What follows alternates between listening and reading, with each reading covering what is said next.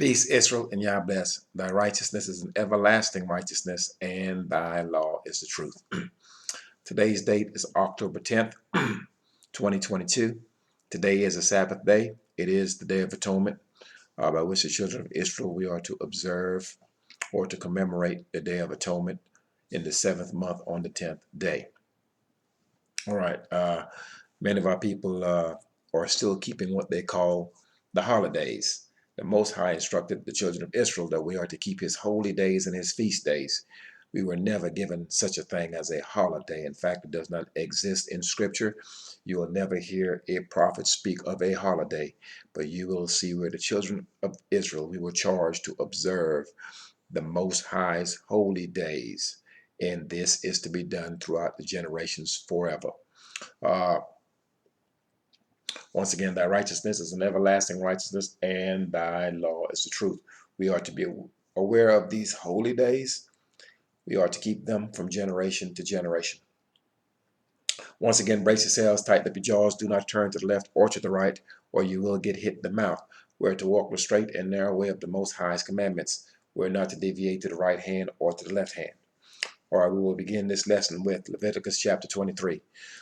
Leviticus chapter 23. In Leviticus chapter 23, the Most High lays out his feast days, his holy days. That way there's no confusion on exactly what it is we are to observe. And once again, I will reiterate, at no time were we instructed to keep anything called a holiday, a Christmas, a Easter, or anything of the sort, or a Halloween, and many of the other nonsense that we follow in the lands of our captivity. We'll start in Leviticus chapter 23. We'll read verse 26 through 32. And verse 26 of Leviticus chapter 23 reads, And Yah spake unto Moshe, saying, Also on the 10th day of this 7th month there shall be a day of atonement. It shall be a holy convocation unto you, and you shall afflict your souls, and offer an offering made by fire unto Yah. Verse 28. And ye shall do no work in that same day, for it is a day of atonement, to make an atonement for you before Yah, your strength. So you're not to work a servile job on the Day of Atonement. This is why I'm currently at home and I'm at rest. It is a Sabbath day. Verse 29. For whatsoever soul it be that shall not be afflicted in that same day, he shall be cut off from among his people. So it's clearly here, it states here in verse 29, for whatsoever soul it be that shall not be afflicted in that same day. Currently, I am on a fast. I've been on a fast from dark last night and will be on a fast until dark tonight, from dark to dark. That is our Sabbath day. The day begins at dark. So to afflict your soul simply means that you ought to be fasting. Okay, so the Day of Atonement is a day of fasting. No eating, no drinking for 24 hours. And if you don't, it states clearly here that the Most High will cut you off from among his people. Verse 30. And whatsoever soul it be that doeth any work in that same day, that same soul will I destroy from among his people. So there are people who are unaware that today is the Day of Atonement. Some people may observe it on a different day. And I have no arguments with those who do that. We are to understand that we are to observe these days in captivity. We are certainly not to do any servile work. It is a Sabbath day, which means on a Sabbath day, let every man remain within his dwelling place on the Sabbath day. So you're to be at home, you're to be at rest. Being out in the street shopping, buying and selling and doing these types of things, that is not being in a state of rest. So let every man remain in his dwelling on the Sabbath day. And the Most High clearly states that those who do not observe these ordinances, that he will cut them off from the midst of his people. So there are many that are doing these things in ignorance right now. And so therefore they are cut off, meaning that they are unaware of what the light is. They're unaware of what the law is. But as they come into the light, and the Most High's laws is magnified throughout the earth, and they realize that they have been wrong in times past and in years past, if they are of a contrite spirit, they will certainly acknowledge their fault and correct themselves, that they may not be totally and permanently cut off. Verse 31. Ye shall do no manner of work. It shall be a statute forever throughout your generations in all your dwellings.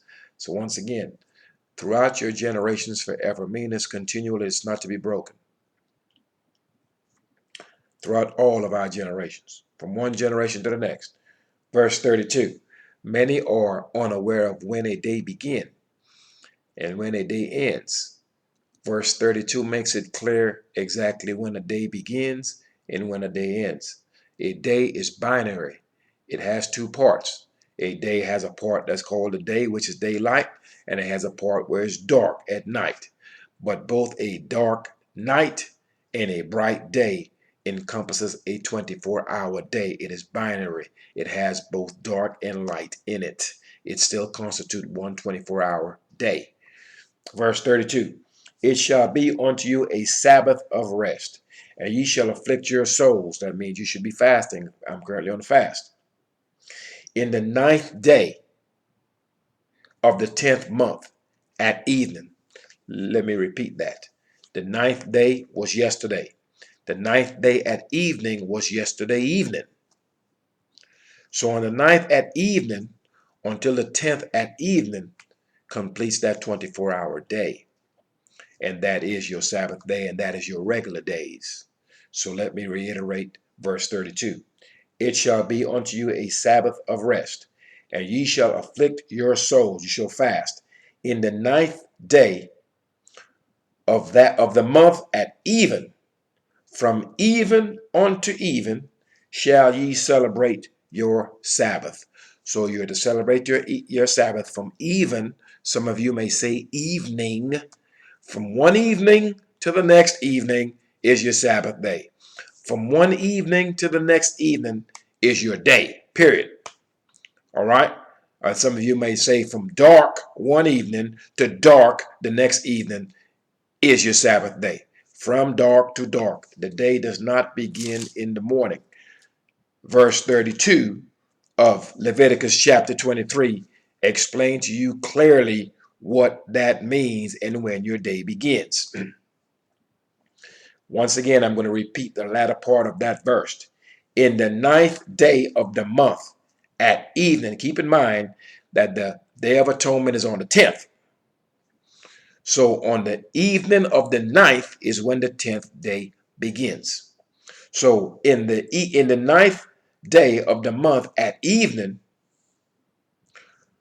from even unto even shall ye celebrate your Sabbath. Okay, if that's not clear to you, you're unable to see and you're blind. And certainly you're not walking in the law if you're unable to understand what I have just read and have just explained clearly. All right, now let's move to Leviticus chapter 16. Leviticus chapter 16 makes it plain what the Day of Atonement is. Many of our people are still in the midst of the heathen. They are still walking after devils, which are idols and images of the nations, and claiming that someone has died for them. Leviticus chapter 16 speaks to the Day of Atonement. It makes it plain to anyone who can read English and has a level of reading comprehension that it is the priest that atones for the children of Israel. It is the house of Levi, the sons of Aaron. No one can replace those men. No one can take their stead. In spite of the fact that the Romans, the Christian, would like to tell you that JC is taking the place of the priest, which are the sons of Aaron, and he's going to take the place of David, Governor David. So JC is supposed to be a governor and a priest. And those two, the two promises and the two covenants that were made with those two tribes and those two families cannot be broken and given to anyone else. The covenant that the Most High made with David and his seed, that will remain forever, because the Most High changes not. The covenant that was made with Aaron and his sons, that will remain forever, for the Most High changes not. He will not take the covenant that he made with David and the covenant that he made with Aaron and just do away with them, and now he's going to give it to some person named JC, and now he's going to be the governor and he's going to be the priest. Doesn't work that way. Most High changes not. So no one has ever died for you. This is why year after year, throughout our generations forever, there is a day of atonement where the high priest will atone for his house, will atone for all of the children of Israel for all the sins that we have done during that year, both knowingly and unknowingly. And the person that carries that weight upon his shoulders is the high priest.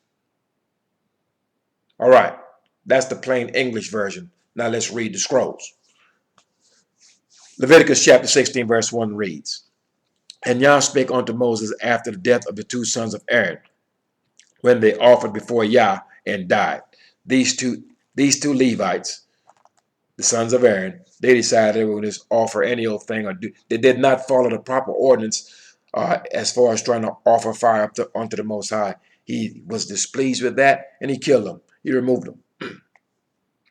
And Yah said unto Moses, Speak unto Aaron thy brother, that he come not at all times into the holy place, within the veil before the mercy seat, which is upon the ark, that he die not. For I will appear in the cloud upon the mercy seat. So the Most High is telling Moses, look, speak unto Aaron your brother. Aaron is this high priest, okay? He said, look, tell Aaron that he just can't come in the holy place when he wants to. He can't come in when he wants to. He can't come in unannounced, and he can't come in dressed how he wants to. Because if he does any of these things, the Most High is going to kill him. So you understand that the Most High is not to be played with. Verse 3.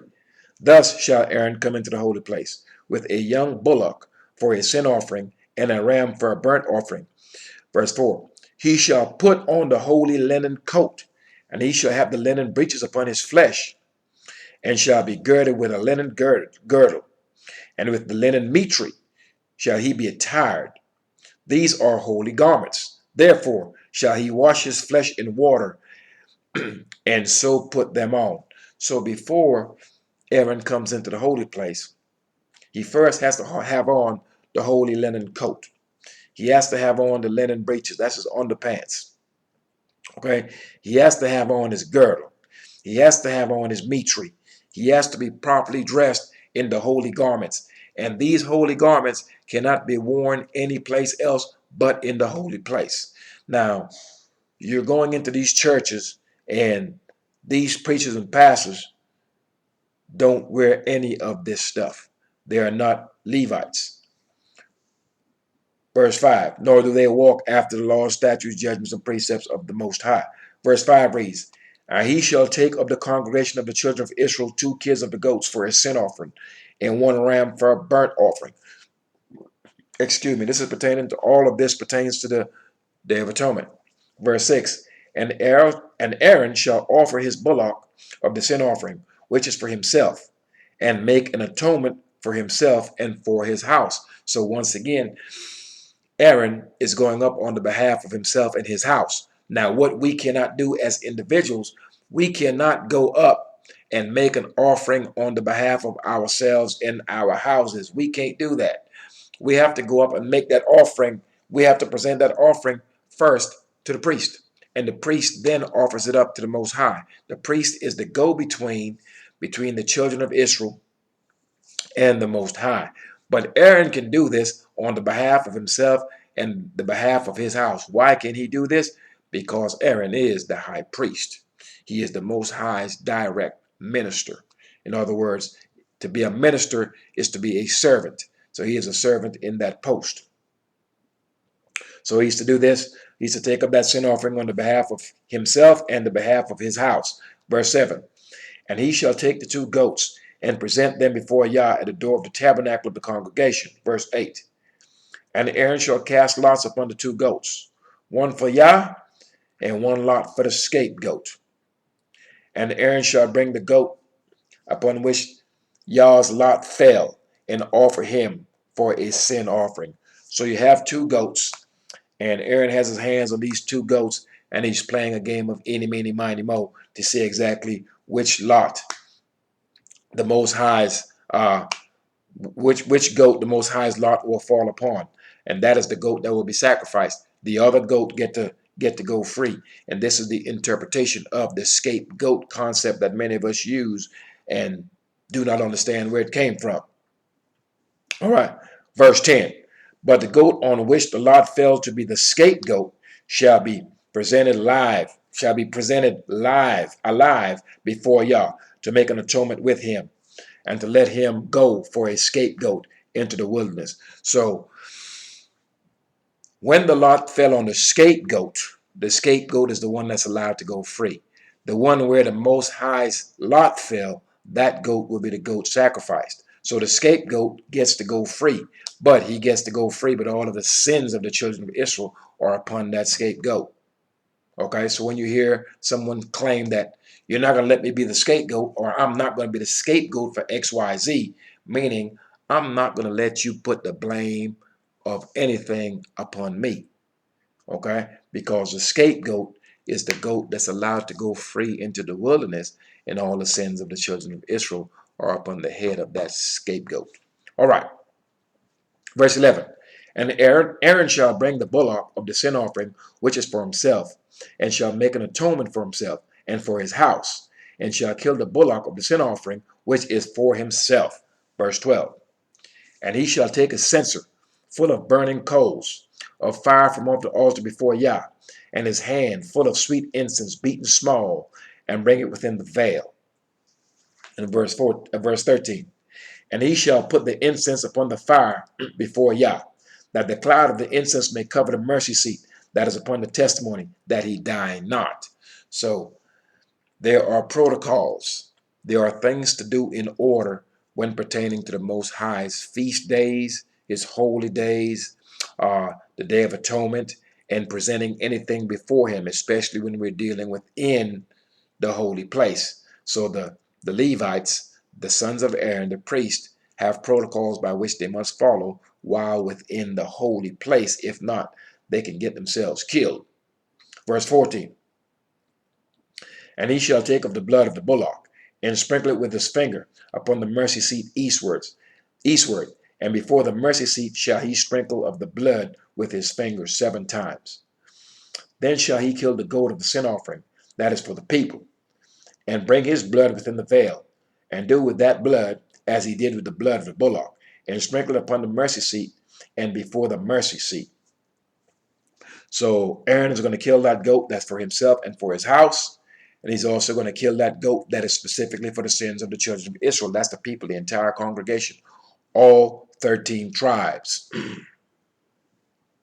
Verse 16. And he shall make an atonement for the holy place, because of the uncleanness of the children of Israel, and because of their transgressions and all their sins. And so shall he do for the tabernacle of the congregation, that remaineth among them in the midst of their uncleanness. So verse 16 is stating that, first of all, Aaron is going to make an atonement for the holy place itself. And then he's going to make an atonement for the uncleanness, which is nothing but the sins of the children of Israel and all the transgressions that we have done. All right. And so shall he do for the tabernacle of the congregation. He will also do it for the entire tabernacle. Why? Because the entire tabernacle is sitting in the midst of Israel, the children, the people. And therefore, if it's sitting in the midst of unclean people, it can be unclean also. So therefore, he's making an atonement for that. And the only reason why this holy place is sitting in the midst of the children of Israel, the mercy seat and everything else, is because God himself, Yah himself, is sitting in the midst of us. So when you hear the foolishness that God made himself into 3 and sent down some son called JC so he can be in the midst of man and all of this nonsense, this is not so. The Most High has always dwelt in the midst of his people. I have a video on this channel that states clearly, the name of that video is Yah dwelt in the midst of his people, in case you are one to foolishly believe that God made himself into 3 and came down here as a human to be in the midst of people. It's just silly. Okay? There's no other way to explain that but silliness, foolishness, lack of understanding. All right. Verse 17. And there shall be no man in the tabernacle of the congregation when he goeth in to make an atonement in the holy place, until he come out, and have made an atonement for himself, for his household, and for all the congregation of Israel. I'm going to reread that again for effect. So once again, when Aaron goes into this holy place to make this atonement, there should be no one in there but him. There should be no man within that holy place once he goes into that tabernacle. And when he goes in there, he's making an atonement. Number one, he's making an atonement for the holy place. He's making an atonement for himself and for his house. And he's making an atonement for the entire children of Israel, all 13 tribes. No one has ever died for you. Now, I will reiterate and repeat and reread verse 17. And there shall be no man in the tabernacle of the congregation when he goeth in to make an atonement in the holy place, until he come out, and have made an atonement for himself, and for his household, and for all the congregation of Israel. That's all 13 tribes. Verse 18. And he shall go out onto the altar that is before Yah, and make an atonement for it. So now he's making atonement for the altar. And shall take of the blood of the bullock and the blood of the goat, and put it upon the horns of the altar round about. Verse 19. And he shall sprinkle of the blood upon it with his finger 7 times, and cleanse it, and hallow it from the uncleanness of the children of Israel. And when he hath made an end of reconciling the holy place, and the tabernacle of the congregation, and the altar, he shall bring the live goat. All right. Verse 21. And Aaron shall lay both his hands upon the head of the live goat, and confess over it all the iniquities, that's the sins of the children of Israel, and all their transgressions and all their sins, putting them upon the head of the goat, and shall send him away by the hand of a fit man in the wilderness. So once again, we see where Aaron is going to lay his hands upon these 2 goats. He played any, many, miny, mo with these goats. One of these goats is going to be sacrificed. The other one is going to be set free. But the one that's going to be set free, he will be carrying all the sins of the children of Israel upon his head. All right.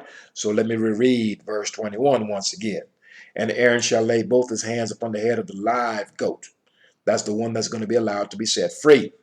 And confess over him all the iniquities of the children of Israel, and all their transgressions, in all their sins, putting them upon the head of that goat. So all the sins of the children of Israel is now on the head of that scapegoat. And shall send him away by the hand of a fit man into the wilderness. So he gets to go free. Verse 22. And the goat shall bear upon him all the sins, which are the iniquities, unto a land not inhabited, and he shall let go the goat in the wilderness. All right. So the fit man is going to take this goat with all these sins upon it, and he's going to let it go into the wilderness where people do not dwell. Because the last thing you want to do is to go and grab that goat and eat it, or anything crazy like that. So on accident. So the thing is, that fit man takes that goat with all the sins of the children of Israel upon it. He takes that goat into a place where it's uninhabited, and he lets that goat go free.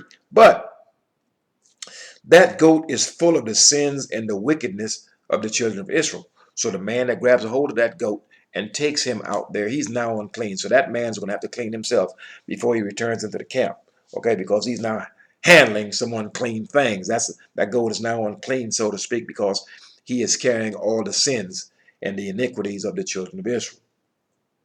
All right, so let me reread verse 22. And the goat shall bear upon him all the iniquities unto a land not inhabited.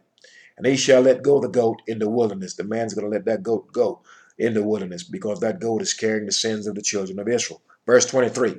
And Aaron shall come into the tabernacle of the congregation and shall put off the linen garments, which he put on when he went into the holy place, and shall leave them there. Once again, your pastor put on his Armani suit. He put it on in his house. He gets in his car, his jet, or his helicopter, fly to that idol house that you go to, that you call God's house, that is nothing but an eminent high place. Then he tells you a bunch of lies about some Romans, and tell you someone died for you, and tell you you need to keep Christmas and give him 10% of your money. And then he leaves that same idol house, go back to his house, and put his suit up with the other 1,000 sets of suits that he has, that you bought with your money. Okay, so the priest of the Most High, when he goes into the holy place, those holy garments are already there. When he leaves the holy place, those holy garments remain there. All right. Verse 24.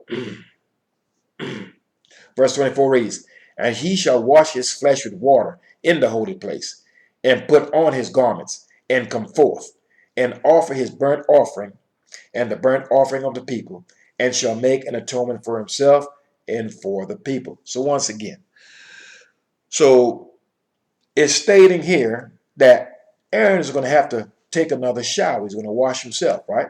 And he's going to take off the garments. And then he's going to come forth. Because so there's two things happening. When he goes into the holy place, he has to change his garments, put on the holy garments, do the things that he needs to do in the holy place. Now, once he's done doing those things, now he has to take a shower first before he goes into the holy place, put on these holy garments. That way his flesh is clean. So after he's finished doing all that's needed to be done in the holy place, then he takes off those holy garments, leaves them in the holy place, takes another shower, put on the clothes that he had on before he went into the holy place. Now he can go and deal with the people. He cannot deal with the people directly in the same clothes that he had on in the holy place. Cannot be done. All right. Let me repeat verse 24. And he shall wash his flesh with water in the holy place, and put on his garments, and come forth, and offer his burnt offering, and the burnt offering of the people, and make an atonement for himself and for the children of Israel. Once again, children of Israel scattered throughout the four corners of the earth. They have told you that JC died for you. They have told you that God is three. And they have told you that there is no law.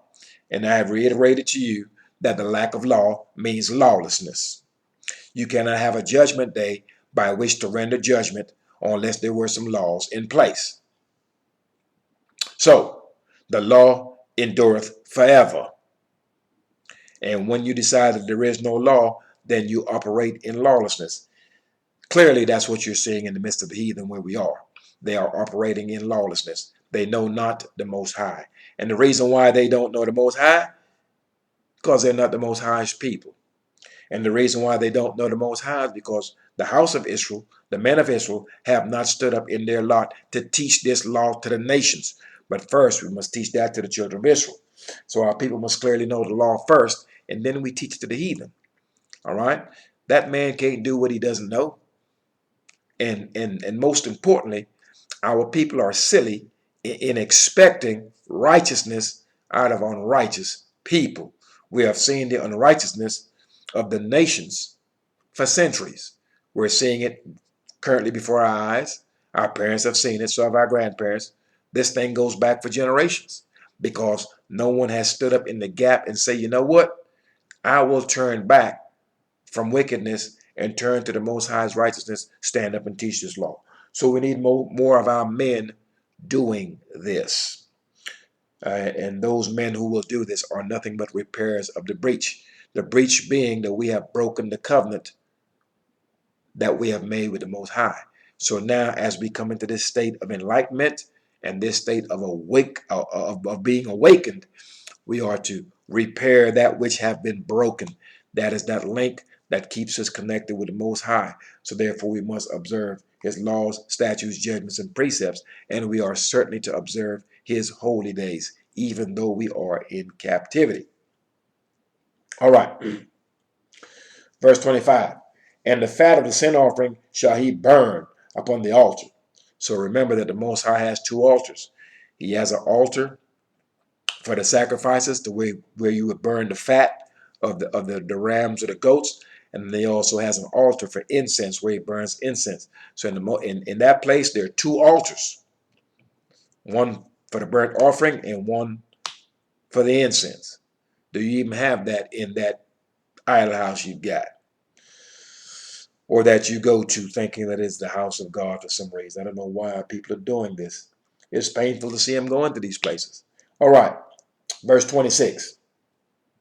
And he that let go the goat for the scapegoat shall wash his clothes, and bathe his flesh in water, and afterward come into the camp. So once again, that goat is carrying the sins of the children of Israel. When that fit strong man takes that goat and releases him into the wilderness where there's no people there, where it's uninhabited, that man officially, technically, he is unclean. So what he has to do before he returns into the camp, he has to bathe his flesh with water, that he may be clean in returning into the camp. There shall be nothing unclean in the midst of the camp. Why? All right. The answer to that is that should have given you a few seconds to contemplate why in the midst of our camps we were not to use the restroom, i.e. number 2, and leave it uncovered, or there were not to be anything unclean seen in the midst of our camps. Why? Answer is very simple. Because the Most High was dwelling in the midst of us, moving about our camps. And there can be nothing, or there could not have been anything that's unclean in the sight of the Most High while he's in the midst of us, right there present. So the Most High did not need to split himself into 2, make himself a human or anything, any nonsense like that. The God of the children of Israel does not die and have never died. He is one, will always remain so. He is everlasting, has never died, ever. All right. So you understand clearly that the fit man is to wash his clothes. That way he may be clean coming into the camp. Because he cannot be clean coming into the camp, unclean coming into the camp. Most High is dwelling in that camp. We've got to be clean. There could be no uncleanness before him. All right, verse 27. And the bullock for the sin offering, and the goat for the sin offering, whose blood was brought in to make an atonement in the holy place, shall one carry forth without the camp. And they shall burn in the fire their skins, and their flesh, and their dung. And he that burneth them shall wash his clothes, and bathe his flesh in water, and afterward he shall come into the camp. Verse 29. And this shall be a statute forever unto you.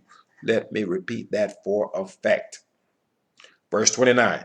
And this shall be a statute forever unto you, that in the 7th month, on the 10th day of the month, ye shall afflict your souls, you shall fast, and do no servile work, or do no work at all, whether it be of your own country or a stranger that sojourn among you. So, they may be someone who is not of the children of Israel, who sojourns with us. And we are to let them know, hey, look, on this day, if you're going to be hanging out, if you're going to be living in my house or spending some time at my house or whatever the case may be, on this day is a Sabbath day. We are to remain within our dwelling places. On this day, it's a holy day. We are commanded to fast. No eating, no drinking for 24 hours, from dark to dark, even to even, or evening to evening. It all means the same thing. All right, so if you have someone that's dwelling with you in the midst of your house or in the midst of your city, they were to observe the same laws that we are to observe. And so when we are returned back into the land, after the Most High humbles these nations, gathers his people out of the many nations where he has scattered us, and placed us back into the land that he had promised unto our forefathers, those that are of the nations who have a contrite spirit, that will do that which is right in the sight of the Most High, those strangers will be allotted their land in the holy place. So they will be dwelling in the midst of us. But keep in mind, you have holy Israelites and you have holy strangers. All right. So as those of the house of Israel who have returned unto the law, those are the ones that's going to be saved. Those of the nations who returned unto the law are those who are going to be saved. So the righteous are the only ones that can dwell with him who is of everlasting. That's the Most High. So there will be no one back there in Jerusalem when we're all returned. There will not be a wicked man running around in there, because the Most High is going to be right there. And so no one will be able to dwell with everlasting burnings. That's the Most High, unless you are of a contrite spirit. Remember, two cannot walk together lest they be agreed. So the only people that's going to be returned back onto that land is going to be those who are going to adhere to strict commandment. And you're going to have those who are going to do it that are of the children of Israel, and those that will do it that are of the nations. So when you find an Israelite that will not adhere to righteousness, which is the Creator's law, and when you have a stranger that would not adhere to righteousness, which is the Creator's law, he's going to kill them both, Israelite and non-Israelite. So this is why we have such contention in the midst of the nations with the many peoples. A man of another nation that walks in Torah, really walks in righteousness, can get along with any man of another nation that walks in Torah. This is the only common denominator. This is the only umbrella that we can ever get along under. The only one. So all the contentions that we're having, whether it be within the children of Israel or with the children of Israel against the other nations or the other nations against the children of Israel, if we are to turn to Torah, that is the one umbrella that we can move forward in unison and in peace. For the law does bring about peace. So that is the only umbrella and the only accord by which we can have any kind of peaceful coexistence.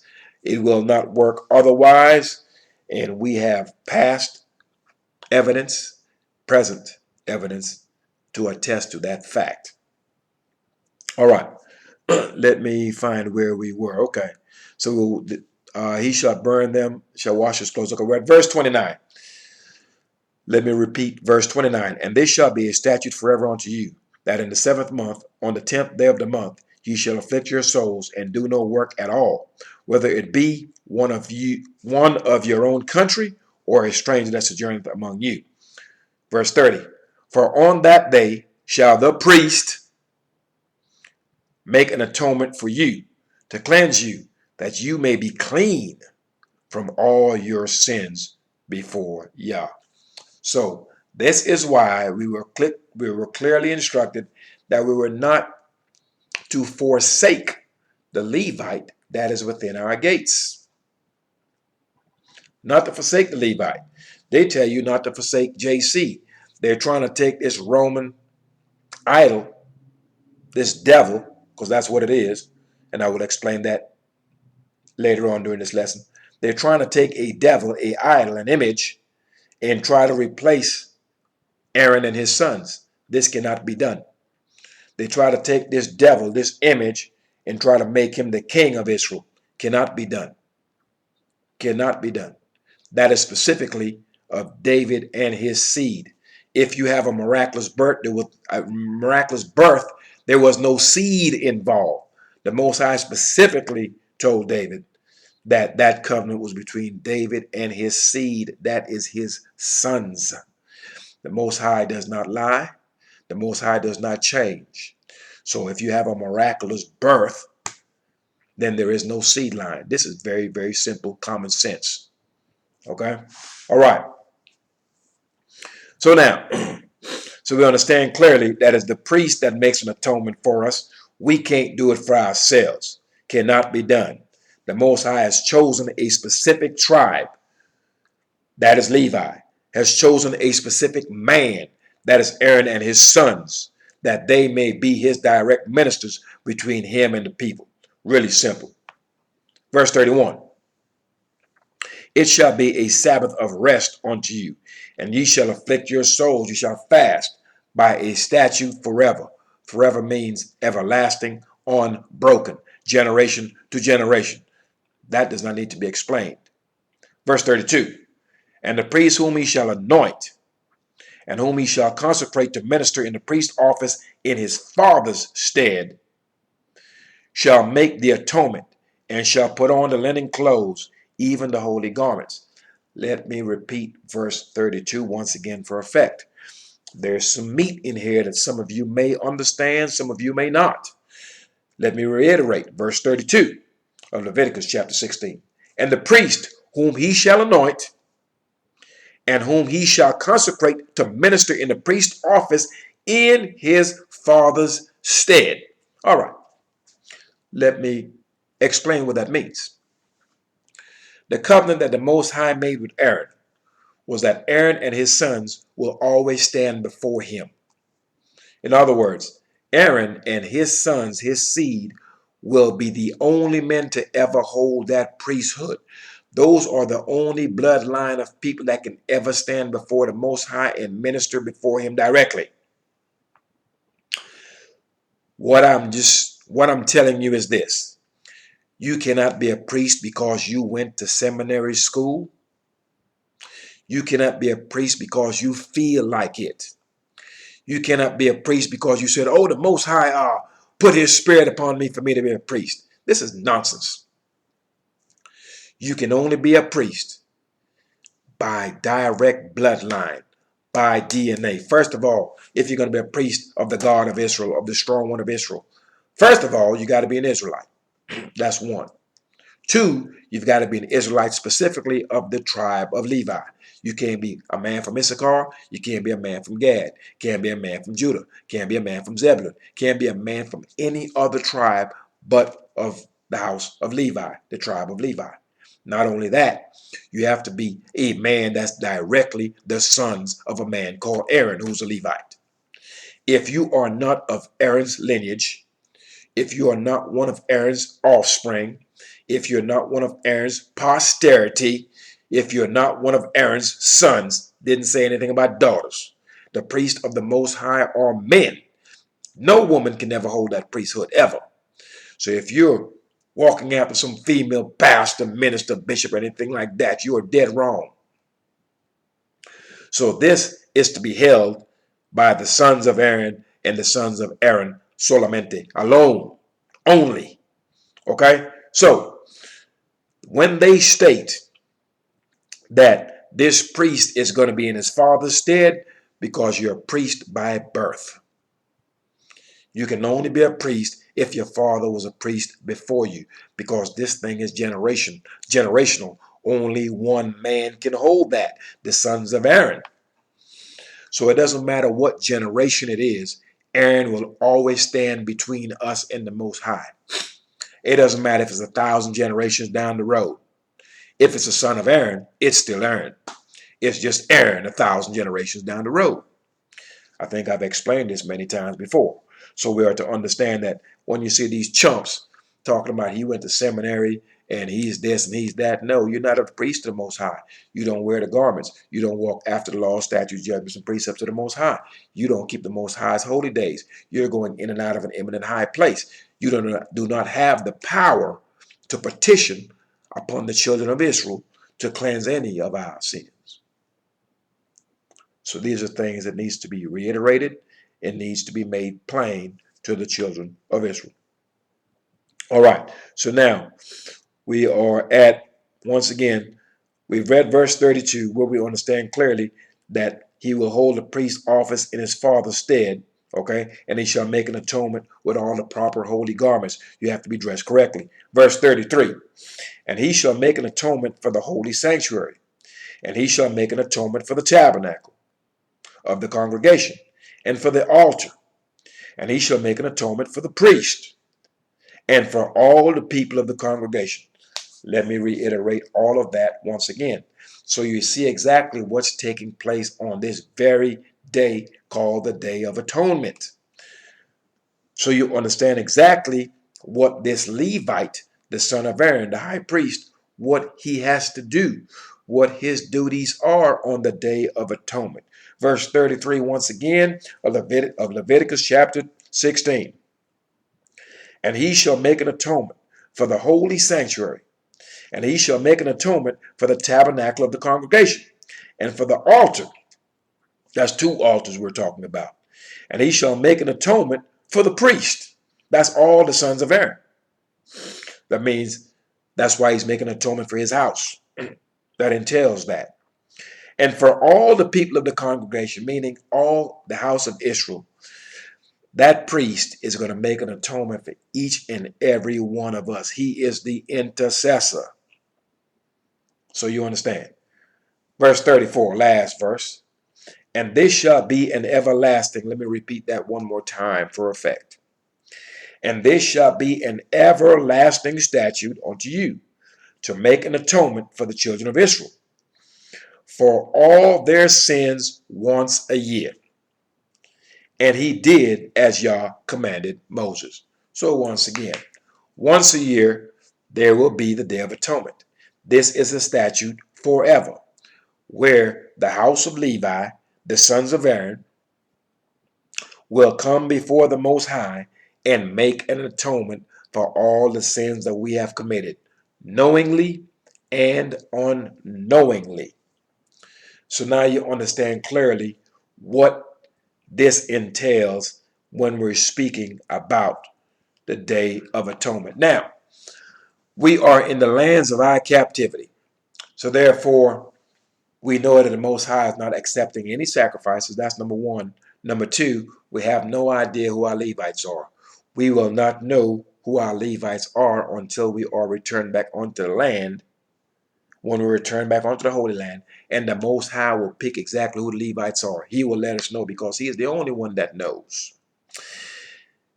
I've heard some of these camps claiming that, oh, the Levites are the Haitians, and thus the Haitians endure XYZ hardships. This is silly. First of all, if you read these scrolls, you will understand clearly that the house of Levi is scattered throughout the entire house of Israel. Let me repeat that one more time. The house of Levi is scattered throughout the entire nation of Israel. You find any of those tribes, any of the 12 tribes, because Levi makes 13. If you find any of those 12 tribes, you will find Levites in the midst of those 12 tribes. Because the Levites are head busters. And because of their mindset, the Most High scattered them throughout Israel, and his brother Simeon too. So there is no such thing as a bunch of Levites residing in one place. It's silly and it's false. The house of Levi is scattered, has been scattered, and still are scattered in the midst where all the house of Israel dwells. That means we have been scattered as a nation to the four corners of the earth. In all of those four corners of the earth, in all the nations where Israel has been scattered and held captive, in all of these countries, you have the tribe of Levi there. There is no such thing as Levi hanging out in Haiti. It's silly. The Most High scattered the house of Levi, or the tribe of Levi, throughout all the nations, or throughout all the families of Israel. All right. Let's move to Deuteronomy chapter 14, verse 27.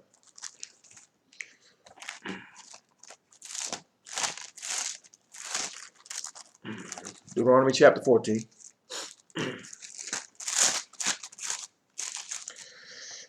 Deuteronomy chapter 14 and verse 27. Let's read that.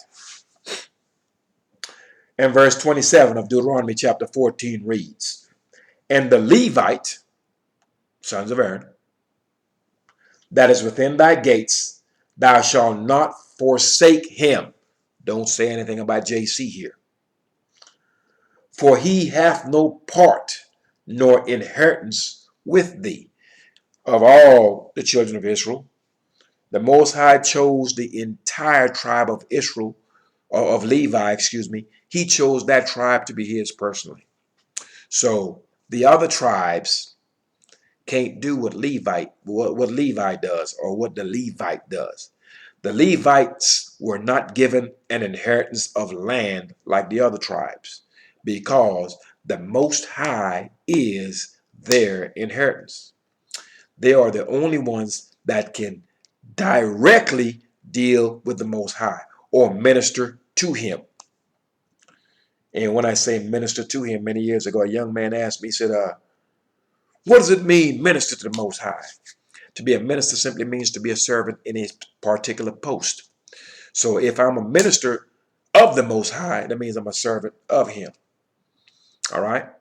And if I'm going to minister to him, same thing. I'm in service to him. So these are ministers of the Most High. All right. So this is why we were not to forsake the Levite that's within our gates. The Levites are the go-between between the congregation and the Most High. The Levites are the one that's actually going to, on our behalf, petition to have our sins cleansed. The Levites do not have any land.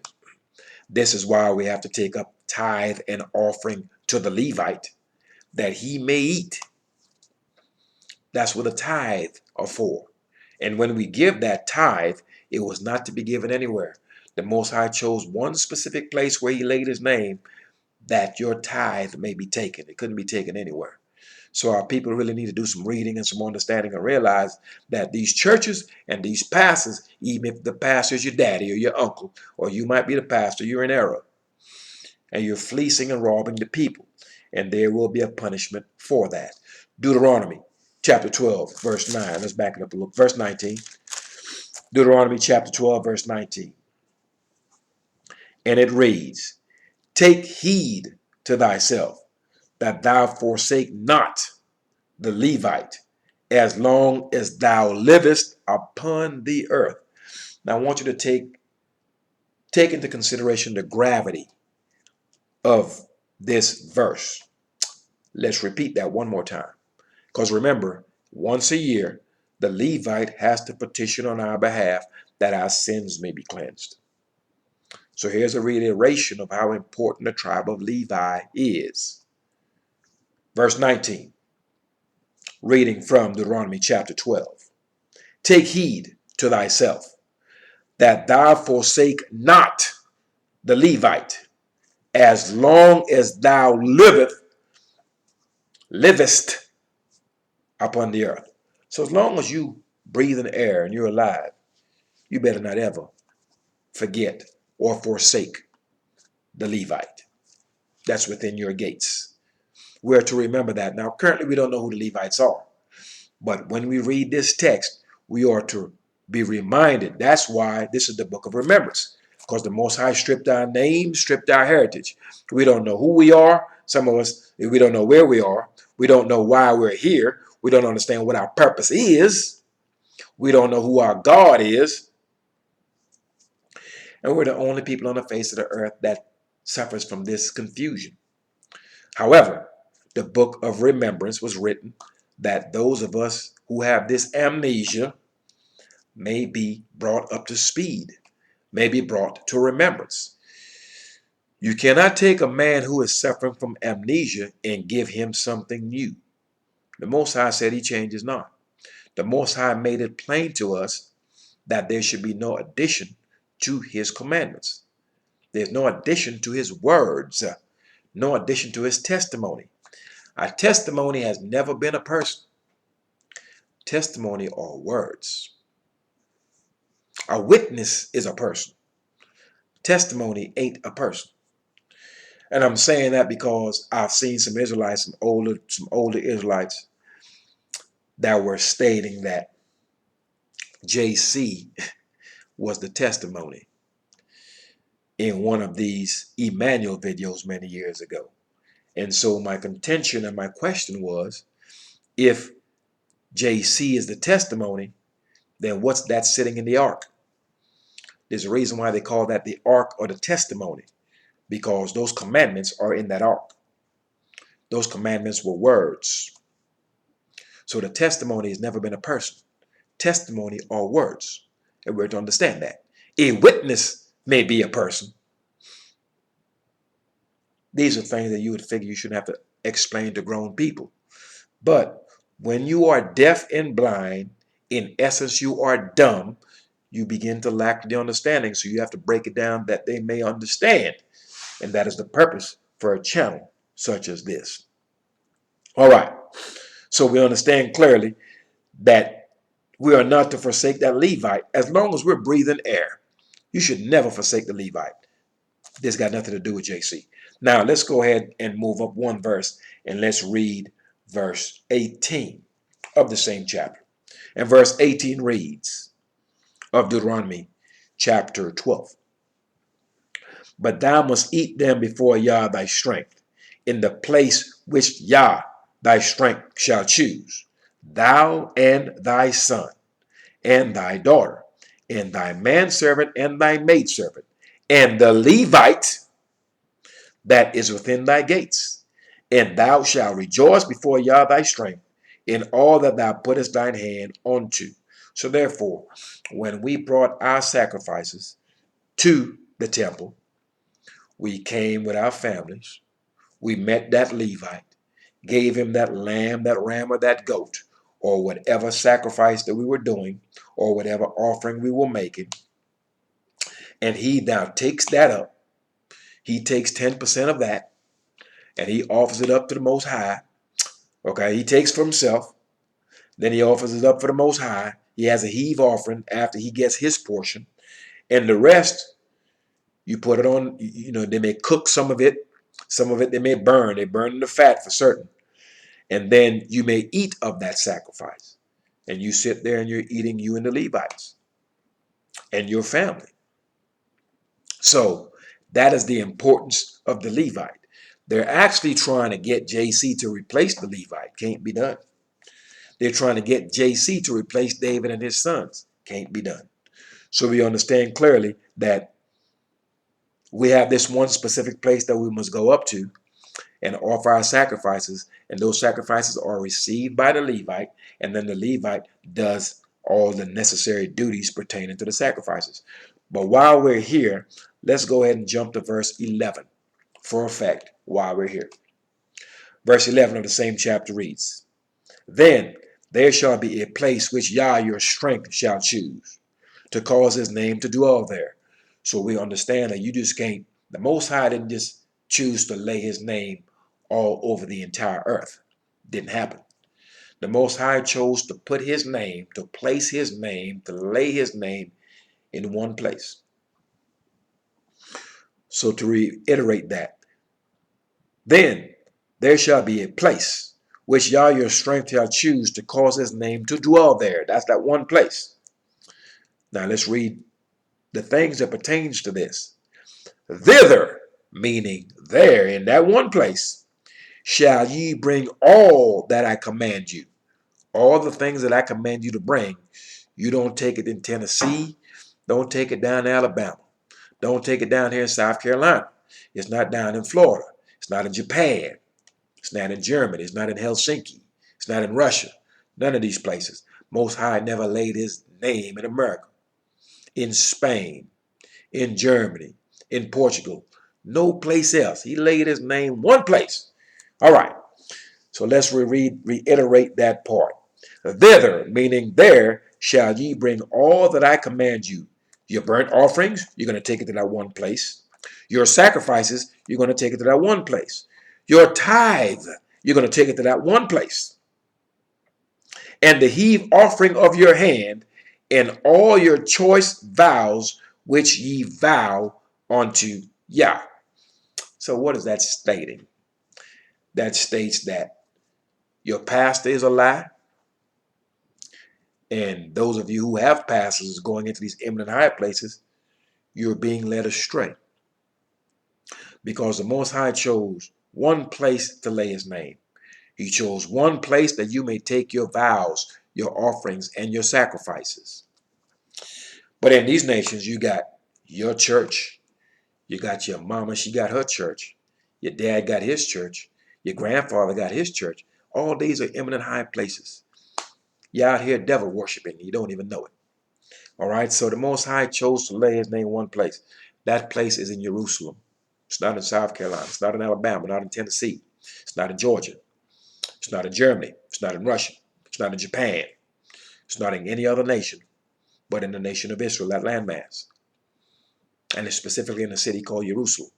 That is why, as we commemorate this Day of Atonement, there's a few things that we have to do. We were instructed clearly in Solomon's supplication that when we are in the many lands of our captivity and we have been brought to remembrance, we are now awake. We are aware that we are the people with amnesia. We are aware that we are the people of the Most High.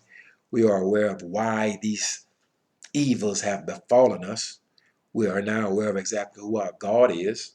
We're now aware that these churches are not the house of God. We're now aware that God is one, not three. We begin to be aware of the fact that we are in the midst of our enemies, and to understand that our enemies know not righteousness, know not the Most High. So we cannot possibly expect righteousness out of unrighteous people.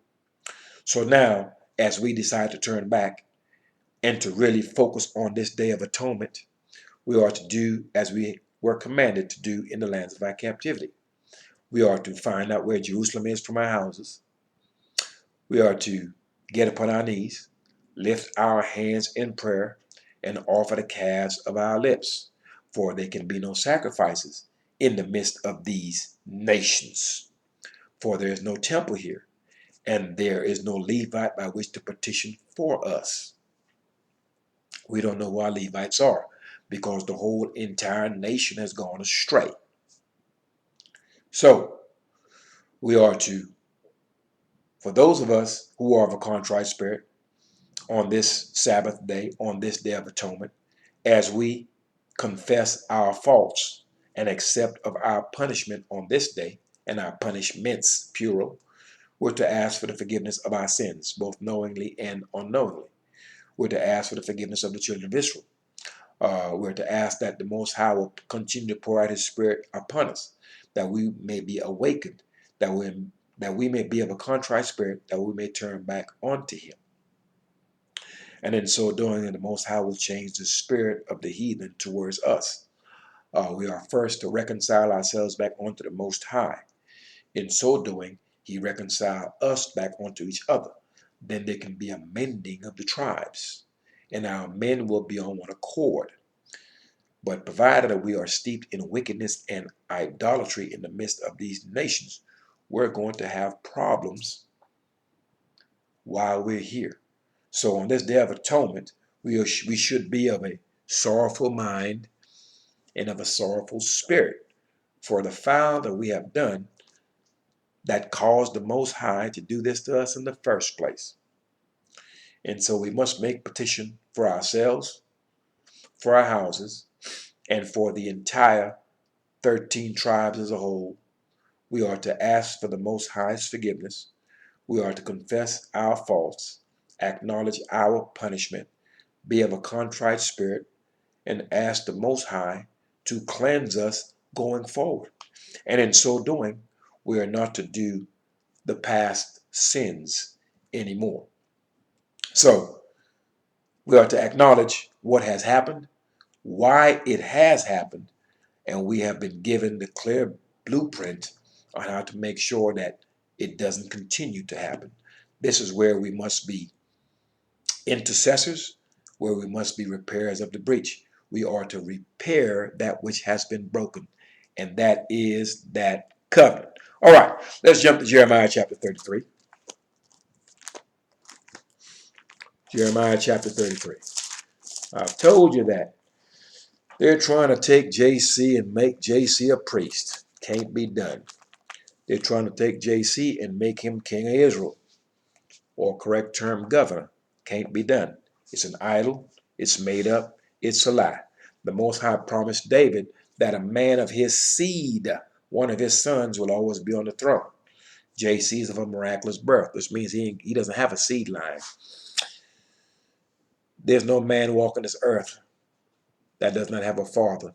There's no man walking this earth that did not come out between the feet of a woman. It has never happened. All right. Now, Jeremiah chapter 33, verse 14.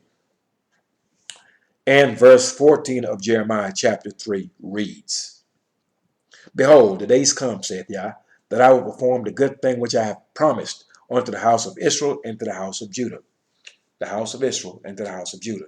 The house of Judah specifically is the family of King David, Governor David, because there is but one king in Israel, and the king in Israel is Yah himself. Everyone else are governors, captains of the people, or princes of the people. So we understand that there's but one king in Israel, and that's the Most High. All right, so verse 15, it reads, In those days and at that time will I cause the branch of righteousness to grow up upon David. All right. Or unto David. Okay. Branch of righteousness. Think of a tree. Let's think of a family tree, right? A family tree has branches. You know, your son has this many children. You know, your daughter has this many children, or et cetera, et cetera. The branches upon a tree comes from one place, but from that one place, you have many different branches. Still the same tree. All right. So the Most High is stating that he's going to cause a branch, a son of David, that's going to raise up in righteousness. And this son that's going to be raised up is going to execute righteousness and righteous judgment. All right. So once again, in those days and at that time, will I cause the branch of righteousness, to grow up unto David, and he shall execute judgment and righteousness in the land. Now keep in mind, David is dead. The reason why I'm saying that is because I've just looked at a video a few weeks ago about a brother, or by this brother, that was recommended by someone on the channel. So I want to check out some of his information. He's solid in some areas, and in this one particular area, he's way off base.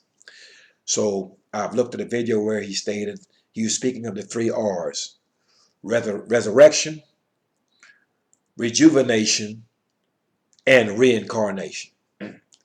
Neither one of those 3 R's, resurrection, reincarnation, or rejuvenation, ain't none of that happening. None of it. It's all nonsense. You're not being rejuvenated no place. You're not being resurrected no place. And you're not being reincarnated no place. You live forever through your seed, through your children. The Most High made a covenant forever with 2 families of the house of Israel. He made it with David and his seed, and he made another important covenant with Aaron and his seed, that David will always have a man before him sitting on that throne. In other words, a son of David, regardless of what generation it is, it will be a man of David's seed line sitting on that throne. I don't have any sons, but there are many men out there who have sons who are listening to me clearly right now. When you look at your son, you're looking at you. When you look at your son, you're looking at your father before you. When you're looking at your son, you're looking at your brother. You're looking at your grandfather, your great-grandfather, and all of the men before you is right there in your son. He is nothing but you in the next generation. And you're to take what you have learned during your lifetime and what you've learned in your last lifetime, that's your father, and the lifetime before that, your grandfather. And so you're to learn from those 2 men, because those 2 men are you. And then you take all that you've learned from your father, from your grandfather, and what you have learned from your lifetime. That's 3 generations. And you put that into you. That's your son. That when you die, you may leave a better you. Because that's you right there. So be careful when you're dealing with your sons and your daughters. These are you. This is you. So when you're dead and gone, we're not going to be hearing about you anymore. We're going to be hearing about your children. You have read these texts. You have read Numbers. You have read these texts. When a man died, that was it. He was done. You heard of his children. When Aaron died, you heard of Phinehas, Eleazar, and all the other priests that came down the line. You hear about Aaron. You don't have to hear about Aaron, because Phinehas is Aaron. Eleazar is Aaron. I want you to understand that. It's just him and different generations down the line. So no one is resurrecting you no place. You're not being reincarnated no place. And you're not being regenerated no place. It's nonsense. All right. Back to verse 15. It states here, in those days and at that time will I cause the branch of righteousness to grow up unto David, and he shall execute judgment and righteousness in the land.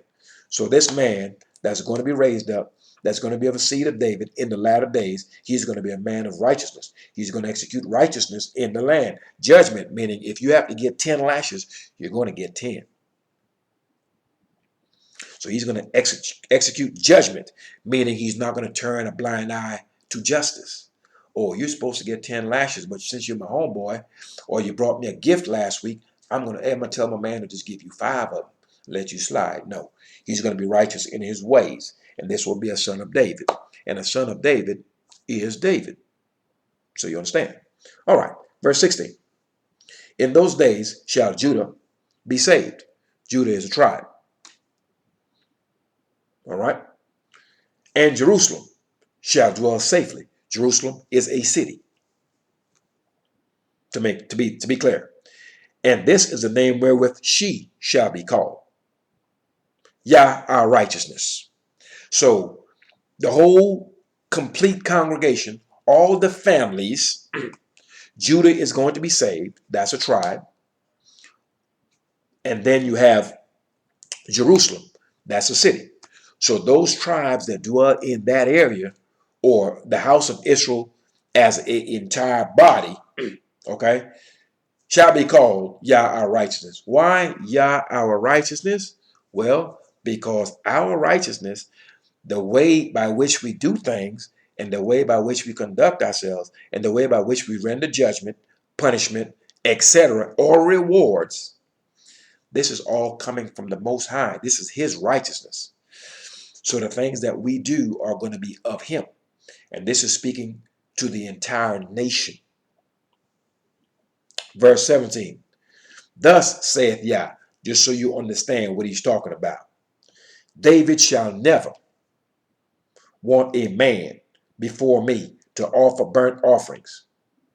Oh, excuse me, let me correct that. Verse 17. For thus saith Yah, David shall never want a man to sit upon the throne of the house of Israel. All right, so David is dead and gone. So the Most High is stating that David would not want a man to sit on this throne before me. Let me bring it to you a different way. David would not want another man other than a man of his seed, other than one of his sons that has made a covenant with the Most High. He wouldn't want another man sitting here. Because I have already promised David that the only men that would ever sit before me will be of David's seed. So David wouldn't want another man to sit before me on this throne, because I've already made a promise to David that he will sit before me forever. Hope you understand that. To be specific, let's go ahead and jump to Samuel. Let's go to 2 Samuel chapter 7. 2 Samuel chapter 7.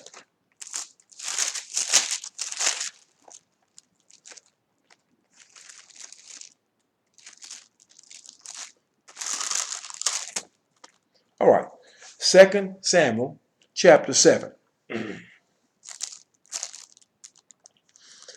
And we'll read verse 10.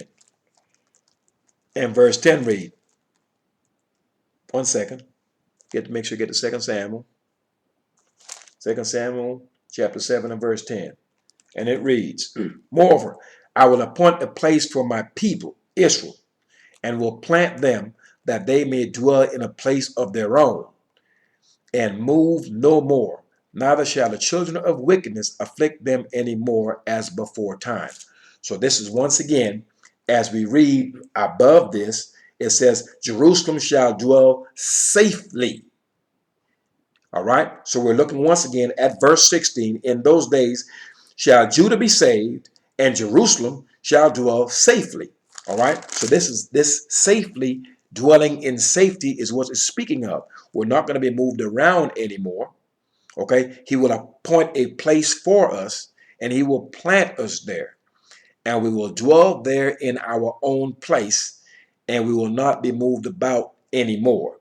And we will dwell there in safety, and the children of wickedness that afflicted us will not afflict us anymore. So if you are of the house of Israel and you are in these nations, the people that are afflicting you are the children of wickedness. Let me say that one more time, because some of you are married to them, have made children with them, and it pains you to hear this. But the truth must be told. Once again, neither shall the children of wickedness afflict them any more as before time. So once we're placed back into our land, dwelling there, walking in the Most High's laws, statutes, judgments, and precepts, we will be in safety. And the people that's shooting us down in the street, calling you N-word all over this planet, doing things to you unjustly and unrighteously, they won't be able to do it anymore. But who are these people? We were told that we would be shipped into the midst of our enemies. So they don't like you. They are your enemies. And so to be clear who they are the children of wickedness. We just read that right there in verse 10. All right. So we understand clearly what's taking place there. So you can read 2 Samuel chapter 7 from verse 10 through verse 29. It explains all pertaining to David and his son Solomon. So we understand that it's from generation to generation. Same man. He's just being kept alive from one generation to the next. Same seed line, same Y chromosome. It's the same man, just one generation to the next. You can also read that in 1 Kings chapter 2, verse 4. All right, so verse 18 reads, "Neither shall the priests, the Levites, want a man before me to offer burnt offerings and to kindle meat offerings and to do sacrifices continually." So what's the Most High saying here?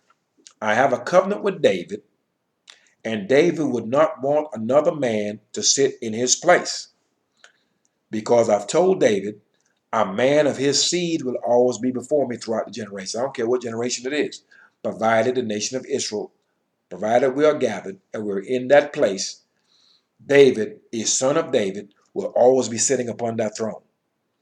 If it's a son of David, it's David. All right. So now the Most High comes down and he speaks specifically in verse 18 to the Levites. It says here, neither shall priests the Levites. Okay, who are the priests, the Levites? These are the sons of Aaron. So this verse 18 can be read, neither shall Aaron. He says clearly up top in verse 17 that David wouldn't want a man to sit on the throne before him. So verse 18, it could be said that neither would Aaron want any man to come before me offering sacrifices and burnt offerings, because those two covenants were established with David and they were established with Aaron. All right. So the priests, the Levites, are nothing but the sons of Aaron. Verse 18, neither shall the priests, the Levites, want a man before me to offer burnt offerings and to kindle meat offerings and to do sacrifices continually. In other words, what the Most High is trying to tell you is that he will not break the covenant with David, because he promised David that David will always sit before him. Now, he's also stating to the Levites that he will not break the covenant with the Levites, because he promised Aaron that his sons will always minister unto him continually forever. Hope we've made that clear. Let's move down to verse 19. And the word of Yah came unto Jeremiah, saying, thus saith Yah, if ye can break my covenant of the day and my covenant of the night, and that there should not be day and night in their season. Now, imagine someone telling you, hey, the sun is not going to rise tomorrow. It's not going to happen. It's going to rise. Okay, there's going to be night, there's going to be day. There are always going to be night and day. So the Most High is saying, if you can stop night and day, then I'll break the covenant that I have with Aaron, and then I will break the covenant that I have with David. But since you don't have the power to stop night and day, and the only person that has the power to do that is the Most High, that means the two covenants that he has made with those two families and those two men will stand continually. All right. Verse 21. Then may my covenant be broken with David my servant, that he should not have a son to reign upon his throne, and with the Levites, the priest, my ministers. All right. That's a very important verse right there. So the Most High is saying, if you can break the covenant of day and night, only then will he break the covenant that he has with Aaron and the covenant that he has with David, which means those are not going to be broken, because can't no man break that. The Most High controls night and day. Those will always be. And he's letting the reader know, hey, if you can break this, then I'll break the covenant with David, and then I'll break the covenant with Aaron. And those covenants will not be broken. So the Most High said, then may also my covenant be broken with David, my servant. That's the rulership house. That he should not have a son. Can you read that? S-O-N. Seed to reign upon his throne. And with Levites, the priest, my ministers. So a son of David will always be on the throne. And if it's a son of David, ladies and gentlemen, it is David. All right. Just David throughout the generations. All right.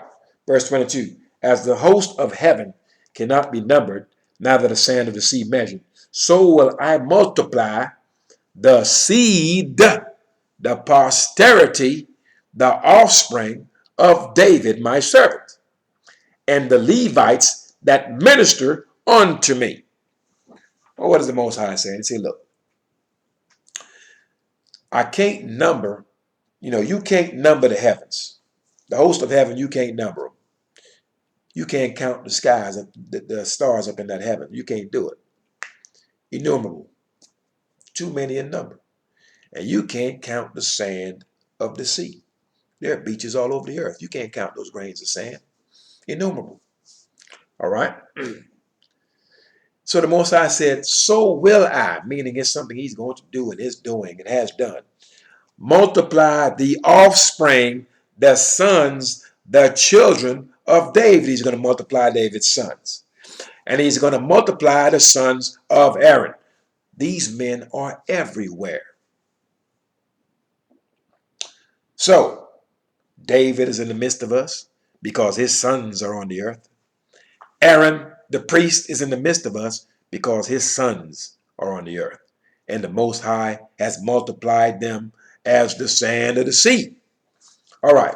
Moreover, the word of Yah came to Jeremiah saying, consider thou not what this people have spoken, saying, these two families, the family of David and the family of Levi, or the family of Aaron, which Yah hath chosen.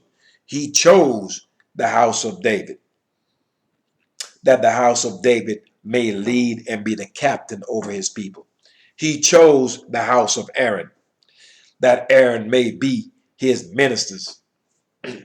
He specifically chose these two men from these two particular tribes to be the leadership houses of the children of Israel. All right. These two families which Yah hath chosen, he has even cast them off. So people saying, man, ain't no priesthood.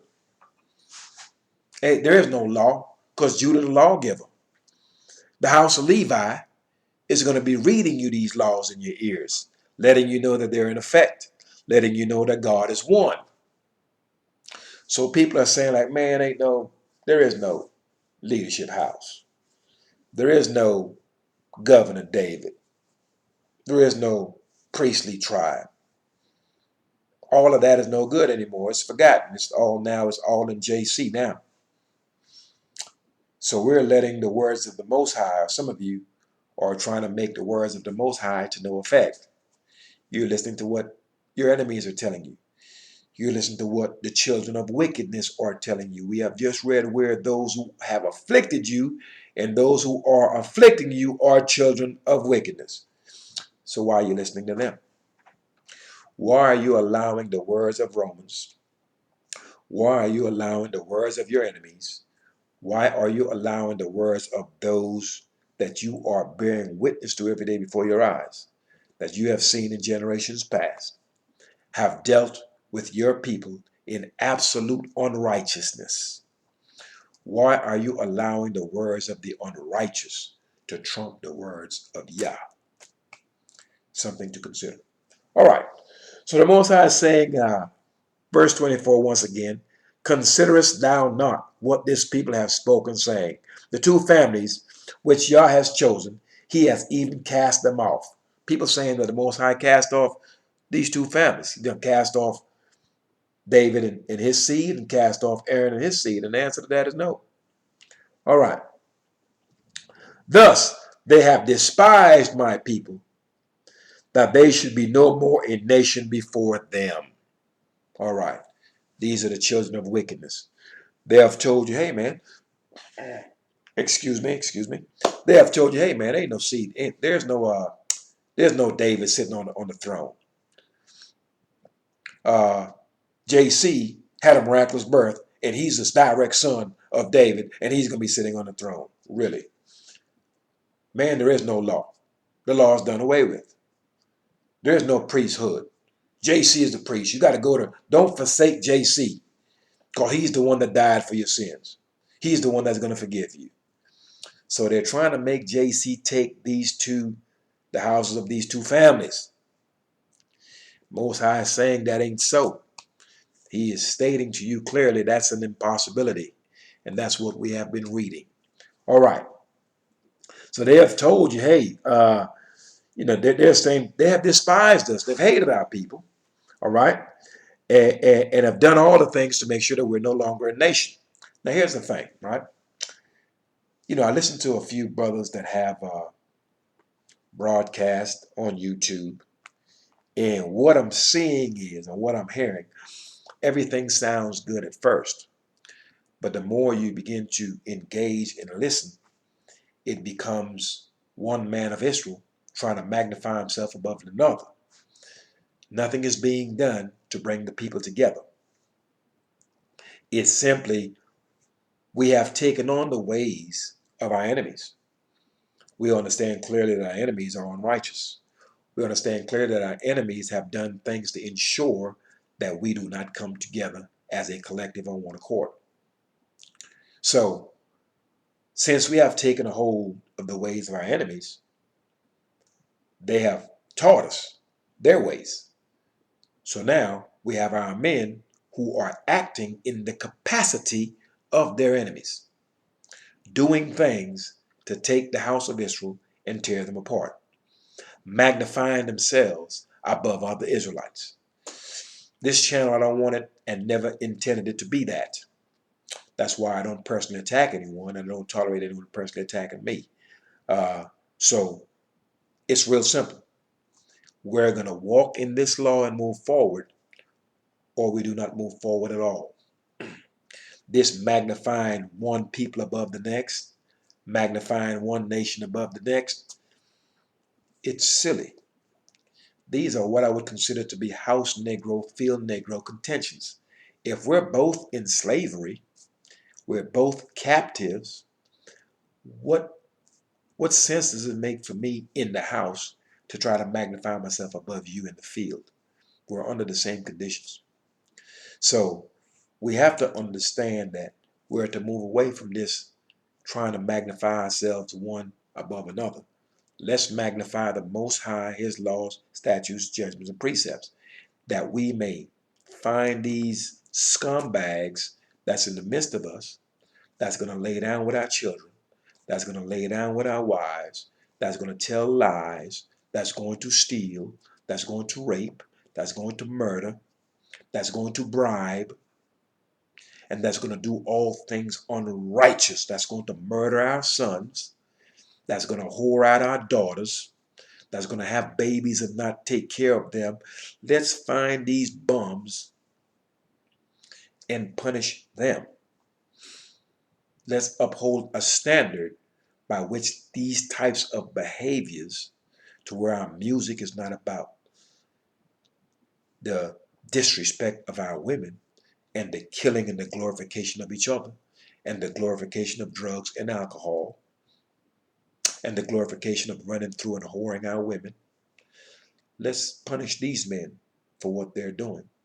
Let's clean up what's going on in our immediate houses, in our immediate environment. And in so doing, enforcing this Torah and living within it. That's the gap. That's the bridging of the gap between one man of Israel and another. But until we turn to Torah, which is going to bridge that gap, we will continue to do what we have been doing in times past, trying to magnify ourselves one above the other. when we're all in disarray. The black man in America, and the black man in the Caribbean, and the black man in South America, and the black man in Africa, they're all foul. They're all vile. That's why we're in this condition that we're in. And we're all at the bottom of the barrel, no matter what country you go to. Hence the curses of Deuteronomy chapter 28.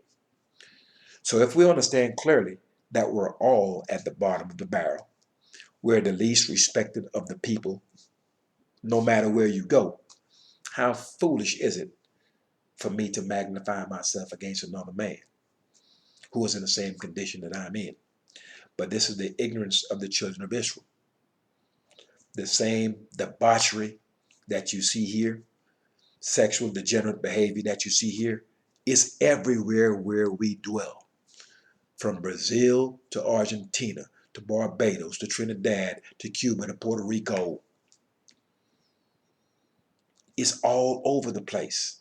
It's not in one place. It's everywhere. So what we have is one non-law abiding individual or individuals.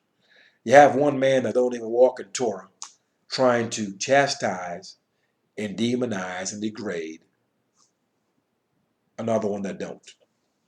So this doesn't make any sense. You have a bunch of wicked people who are both in the same predicament, trying to magnify themselves one above the other. This is silliness. And we're to get past these house Negro, field Negro contentions. The only way that we're going to get on one accord, we're going to have to go to Torah. It's the only umbrella by which we can find some shelter. The Torah is the sanctuary that the Most High has left in the midst of us. And I'm hoping that those of you who are listening to this take heed to it. All right. Verse 25.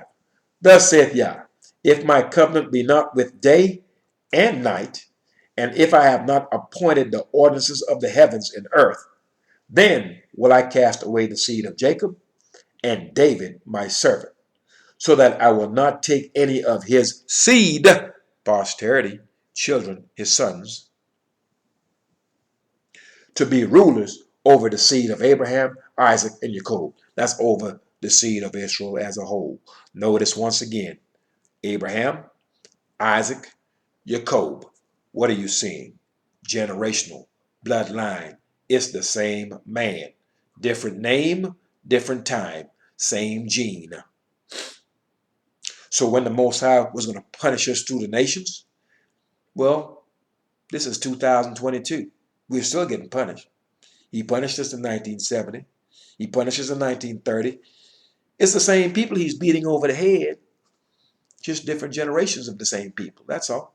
We're the same exact people. Israel has not changed. Why? You can't change your bloodline. Can't do it. Go tell your doctor if you're O positive, go tell him you want to be AB negative. See if he can change that out for you. Can't change your genes. Cannot be done. So the house of Israel from then to now, we're the same people. Now we have mingled ourselves in the midst of the heathen, and that has caused great confusion. However, those Y chromosomes are unchangeable. You can't change them, you can't switch them. So the house of Israel from then to now is still the same. We may look a bit different because of the mingling in the midst of the people, but from one generation to another, those genes are intact. All right. So we understand clearly that the Most High states, we'll finish out right here at verse 26. Then will I cast away the seed of Jacob and David my servant, which means the Most High is never going to do these things. He will never cast away David's sons and put JC sitting on the throne. That's never going to happen.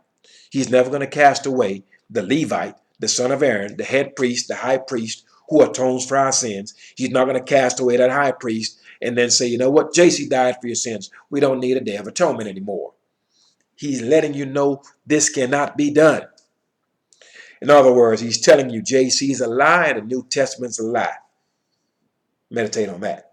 All right. Last verse once again. Then will I cast away the seed of Jacob and David my servant, so that I will not take any of his seed, his children, to be rulers over the seed of Abraham, Isaac, and Jacob. That's over the entire house of Israel. For I will cause their captivity to return, and have mercy on them. So at the end of all of this, the Most High will have mercy upon the children of Israel. Everything is going to be restored as at the first, meaning at the beginning, which means Levites are going to be in their places doing those sacrifices. The third temple will be built. The Most High is going to be in it. He's going to be in the midst of us like in the days of old. The only thing is that we will not be moved when these things happen. And we will be at peace and we will be at rest. And all of these nations are going to have to come up to that one place to learn that law. And who's going to teach that law to them? The house of Israel. We're going to be the one teaching it to them because they don't know it. They don't know it now. So everything is going to be returned as it was in the days of old. So be prepared for that. But in this final verse, once again, this is, you have Israelites out here talking about David is coming back. No, dummy. David is, see, when you're having discussions with dummies or you hear dummies start talking, if you realize they're a dummy, then you have to handle them with kitty gloves. You got to be real delicate with them.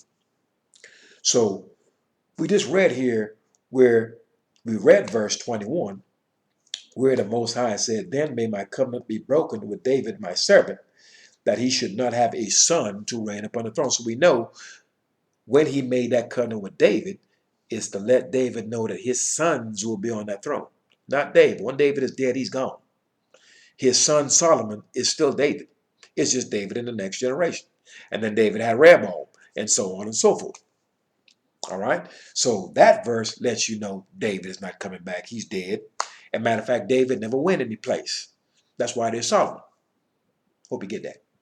And then we look at verse 26, where he speaks of the seed of David reigning over Abraham, Isaac, and Jacob. That's the children of David reigning over the entire children of Israel. So David's seed will always be over the children of Israel.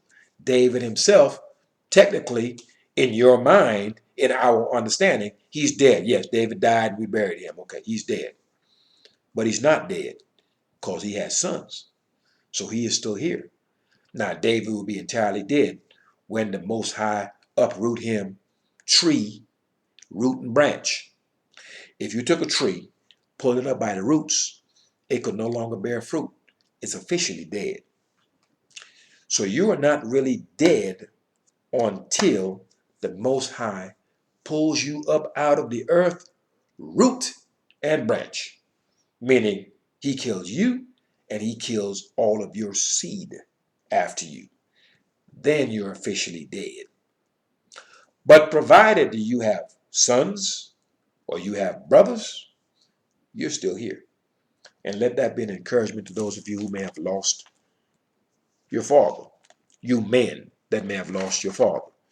You look in the mirror, and that man looking back at you is your father, and is your grandfather, and is your brother, and is your uncle, and all of these things. So now what you are to do is just make yourself a better you than you were during your father's time. It's really simple. This is not a very hard thing to figure out. All right. So we know that we are to offer. I will just reiterate this. If you will read Hosea chapter 14, verse 2, we know that we are to offer the calves of our lips from the nations of our captivity because we are unaware of actually going up to the temple and offering a sacrifice because we are in the lands of our enemies. But yet we are to acknowledge all the feast days. We are to acknowledge all of the holy days. We are certainly to keep the Most High's Sabbath days. It's been some time since I have actually done a video. I want to say I'm pushing 5 weeks. All is well. I'm in good health. Everything is going well. I just have not done a video in quite some time. However, I've been keeping my eyes on the current situation worldwide from a military perspective, as well as from a financial perspective, as things begin to be a little bit more difficult financially for most, and uncertainties within the workplace, hours being cut and things of the like, as well as threat and rumors of potential nuclear war. Uh, I would like to encourage all of those who are walking in this Torah that you are to live. Continue to live. Do not go to bed laying down and be worried and be troubled about what may happen tomorrow. what you are to do. You are to walk in Torah, and the Most High will keep that light before you. Your tomorrow is going to be fine. You will not be lacking if you're turning to Torah. That's all that I can encourage you to do. Peace, Israel, and Yah bless. Thy righteousness is an everlasting righteousness, and thy law is the truth. And peace to the stranger that will take a hold of the Most High's laws, statutes, judgments, and precepts, and do them. By way of walking in Torah, this is the only way, is the only mechanism by which the children of Israel and the people of the other nations can ever get along and be at peace. No other way will work. We have seen it. We have tried everything else. It has not worked, nor will it work. Peace, Israel, and Yah bless. Thy righteousness is an everlasting righteousness, and thy law is the truth. We are to keep the Most High's Day of Atonement. We're to keep all of his feast days, keep all of his holy days, and we are to stay clear from the holidays of the heathen. The Thanksgiving, the Christmas, the Easter, the Halloween, and all the other foolishness that you cannot find in Leviticus chapter 23. Peace, Israel, and Yah bless.